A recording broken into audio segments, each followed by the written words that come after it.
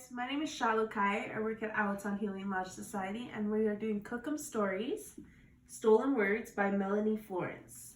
Stolen Words. She came home from school today, skipping and dancing, humming a song under her breath. Clutching a dream catcher, she made it from odds and ends, bits of strings, plastic beads, and brightly colored feathers. Her glossy braids danced against her shoulders, swaying with her, black as a raven's wings.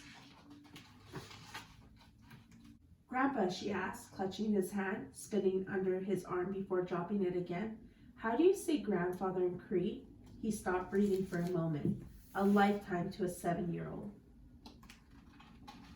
He looked down at her sadly. "I don't remember," he answered. "I lost my words a long time ago." A frown clouded her face. "How did you lose your words, Grandpa?" she asked. "They took them away," he answered. She thought for a moment. "Where did they take them?" she asked. "Where they took all of us," he said. "Away from home, away from laughter and soft words, away from our mothers who cried for us." She reached for his gnarled hand. "Who took you away, Grandpa?" she asked quietly. "Men and women dressed in black, talking to us in words we did not know," he answered.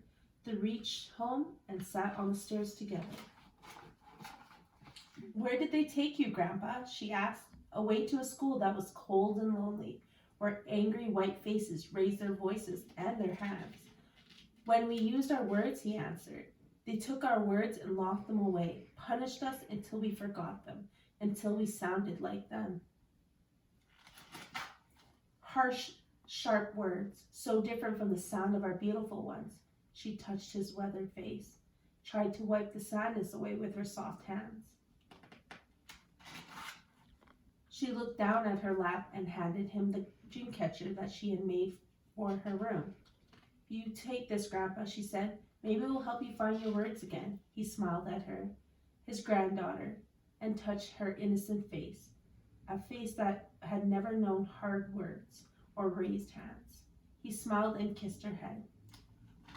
The next day she skipped out of school, smiling widely at her grandfather. She stopped in front of him and took a deep breath. "Tansy Nimosum," she said. His eyes widened. She smiled brighter than the sun. "I found your words, Grandpa," she said. She pulled a tattered, well-worn paperback out of her book bag. "Introduction to Cree," it said. "My teacher helped me find this for you at the library." He reached for it, his hand shaking, opened it, feeling the soft, loved pages underneath his fingers. "No sim," he whispered. "Granddaughter." The word felt familiar in his mouth. It felt like his home, his mother. He turned the pages of the book carefully. "Masinikan," book. He turned to another, word after word. "Pisikinawin," a language, his words, pages and pages of them. He looked at his granddaughter, his Nusim. "Thank you, Tiniki," he said. "Will you read to me?" she asked, taking his hand in hers and leading him home. "Will you teach me your words?" His heart danced as he nodded, holding the book against his chest. The end. So on September 30th, we wear our orange shirt, or our favorite shirt, to remember all of the stolen words that were lost and for the future to find them.